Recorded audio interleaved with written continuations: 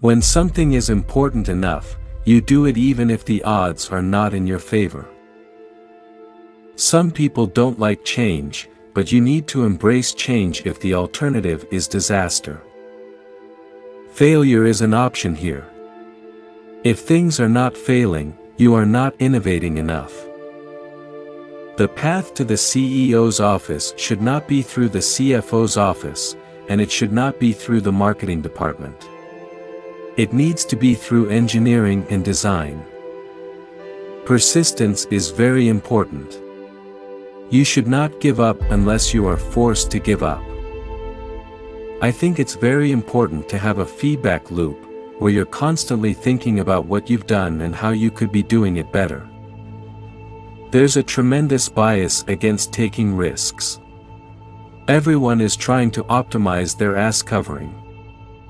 It's okay to have your eggs in one basket as long as you control what happens to that basket. Brand is just a perception, and perception will match reality over time. Sometimes it will be ahead, other times it will be behind. But brand is simply a collective impression some have about a product. I don't think it's a good idea to plan to sell a company. It is a mistake to hire huge numbers of people to get a complicated job done. Numbers will never compensate for talent in getting the right answer. Two people who don't know something are no better than one, will tend to slow down progress, and will make the task incredibly expensive. A company is a group organized to create a product or service, and it is only as good as its people and how excited they are about creating. I do want to recognize a ton of super talented people. I just happen to be the face of the companies. People work better when they know what the goal is and why. It is important that people look forward to coming to work in the morning and enjoy working. If you're co-founder or CEO, you have to do all kinds of tasks you might not want to do. If you don't do your chores, the company won't succeed. No task is too menial. I say something, and then it usually happens. Maybe not on schedule, but it usually happens. I do think there is a lot of potential if you have a compelling product and people are willing to pay a premium for that. I think that is what Apple has shown.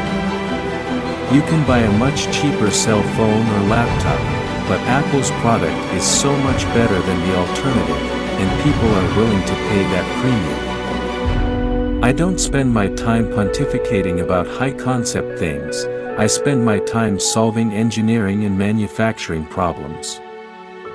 I always invest my own money in the companies that I create. I don't believe in the whole thing of just using other people's money. I don't think that's right. I'm not going to ask other people to invest in something if I'm not prepared to do so myself. My biggest mistake is probably weighing too much on someone's talent and not someone's personality. I think it matters whether someone has a good heart. I don't create companies for the sake of creating companies, but to get things done. I don't believe in process. In fact, when I interview a potential employee and he or she says that it's all about the process, I see that as a bad sign. The problem is that at a lot of big companies, process becomes a substitute for thinking. You're encouraged to behave like a little gear in a complex machine.